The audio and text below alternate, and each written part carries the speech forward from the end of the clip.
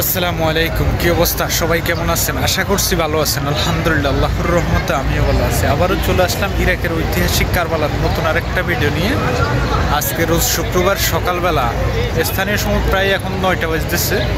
আমি এখন চলে আসলাম কারবালার মাঠে ঘুরতে। তো পিছনের ক্যামেরা দিয়ে কারবালার ঐতিহাসিক কারবালার মাঠের দৃশ্যগুলো আপনাদেরকে কিছুটা দেখানোর চেষ্টা করবো ইনশাআল্লাহ। আশা করছি সবাই সাথে থাকবেন।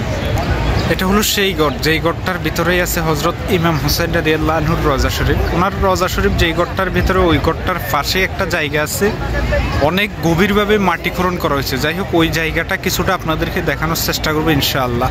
যাই হোক, আমি এখন ধীরে ধীরে ওই জায়গাটার কাছাকাছি যাব। এই জায়গাটা আমি যেদিনে দিনের বেলা আসি ওই দিনে দেখার চেষ্টা করি। আজকে আবারও যাইতেছি দেখার জন্য।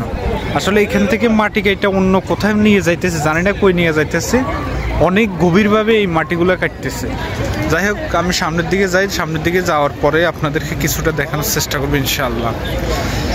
তো এই সকালবেলার কারণে এখানে মোটামুটি মানুষজন কিছুটা কম। কিছুক্ষণ পরেই ইনশাআল্লাহ এদিকে মানুষজন ভরে যাবে, হাঁটার আর জায়গা থাকবে না। এখন অনেকে ঘুমে আছে, অনেকে হোটেলে যারা আছে এরা তো এখনো ঘুম থেকে উঠে নাই, এই কারণে কিছুটা কম। আর এখানকে কিন্তু স্থানীয়র চাইতে বাইরের লোক বেশি আসে। স্থানীয়রা প্রতি বৃহস্পতিবারে রাত্রে আসে বা শুক্রবারে সকালে চলে যায়। আর যারা বাইরের থেকে আসে এরা তো 2-3 দিন বা 1 সপ্তাহের জন্য আসে, আসার পরে এখানে থাকে। যাই হোক, ওই দৃশ্যটা আমি কিছুটা দেখানোর চেষ্টা করব, যেখানে অনেক গভীর করে লাগছে মাটি কেটে, মেশিন দিয়ে মাটি কাটতেছে। মাটি কেটে মাটিগুলো অন্য জায়গায় নিয়ে যাইতেছে। জানি না কোথায় নিয়ে যাইতেছে বা কী জন্য কাটতেছে, সেটা আমার সঠিক জানা নাই। দেখা যাক, কিছুটা আমি আপনাদেরকে দেখানোর চেষ্টা করব।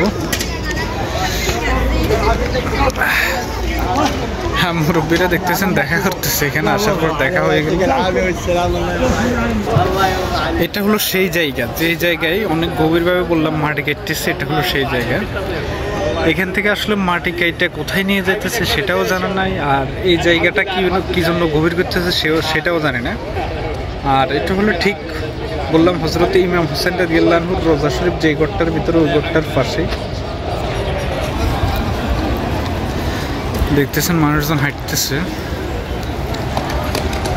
অনেকে সুটকেস লাকেশ নিয়েও চলে আসছে এখানে।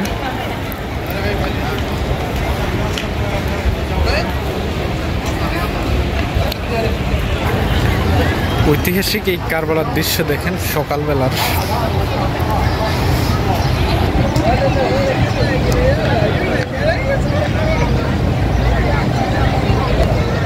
যাই হোক, ঐতিহাসিক এই কারবালার দৃশ্য কিছুটা দেখানোর চেষ্টা করলাম।